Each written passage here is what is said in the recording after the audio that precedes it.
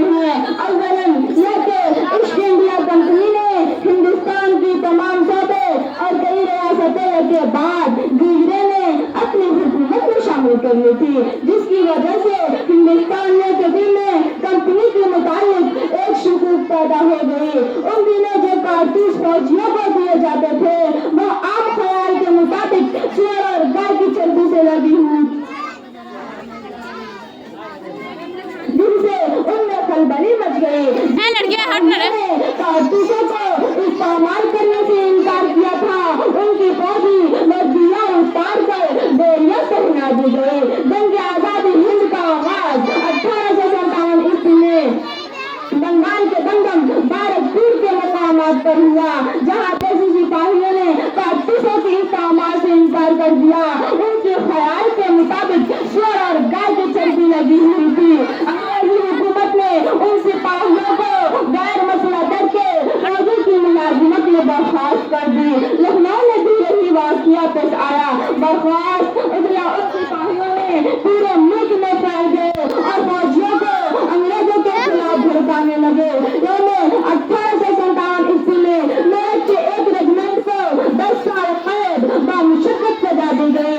जिस तरीके से यह हुक्म सुनाया गया वह भी तहजीब के खिलाफ था। देसी सिपाहियों ने पूरे मुल्क में फैल गए और अंग्रेजी फौजियों को हिलाक करके आजाद करा लिया और मेरठ से दिल्ली की तरफ गुजरने लगे।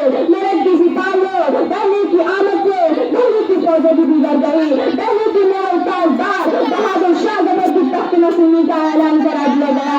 उस ऐलान के बाद बगावत का आग दूर दूर तक फैल गया। जनरल लेफ्टिनेंट अंग्रेजी फौजों की मदद से दिल्ली पर 4 महीने तक दिल्ली का मुहासरा किया था। 14 दिसंबर को कश्मीरी दरवाजा तोड़ दिया गया। उस लड़ाई में जनरल लेफ्टिनेंट मारा गया।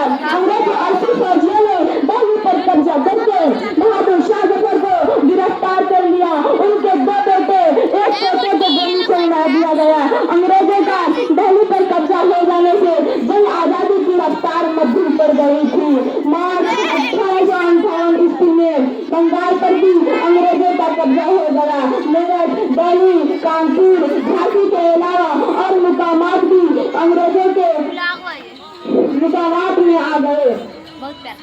जब बहादुर शाह जफर रंगून के जेल में कैद थे तो एक अंग्रेज अफसर ने कहा, दम देने में दम नहीं है खैर मांगो जान की, दम देने में दम नहीं है खैर मांगो जान की, ऐसे पर ठंडी हुई अब से हिंदुस्तान की। तो 70 साल के बूढ़े शेर ने कहा, गाजियों में बू रहेगी जब तक ईमान की, तब कलंगन कब चलेगी तेल हिंदुस्तान की। मैं वक्त की नजाकत को समझते हुए मैं अपनी बात को यहीं पर खत्म करती हूँ।